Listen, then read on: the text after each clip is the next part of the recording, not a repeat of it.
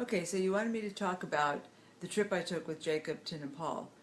I went with my grandson, who was 13. I took him to Nepal to visit friends I have there, and found that it was an experience that I think, if there was all the money in the world, every kid should have about that age. Because at 13, kids start forming their worldview, and I think it's really important for them to see that not everybody lives like they do.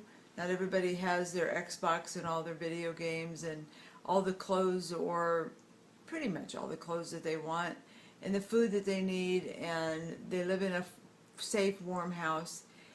Took Jacob, we went on an elephant safari, we traveled around the country, but one of the, I think the most important things was we took a walk through a couple of villages while we were in the jungle, and luckily we had a naturalist with us who was able to explain how mud huts are made and explain life in the jungle as it is, and gave Jacob the chance to be up close and personal with people there.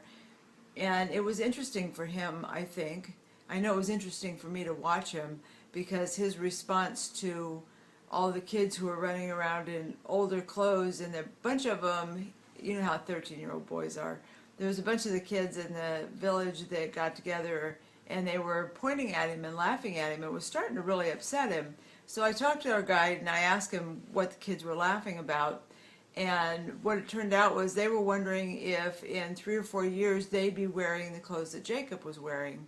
Because in reality, they probably would, because they pretty much live on our cast-offs. So after he found that out, he settled down and really seemed to enjoy it. But the important thing, I thought, was when we walked away, he said, "Grandma, me and my friends have clothes, we have video games, things that we don't use anymore, and we could get them all together and send them down there." And that's a really important thing for a young person to get. And he's still, at an older age, he's still a very kind, giving, loving person. And I believe that experience is something that has marked him, hopefully in a positive way, for the rest of his life.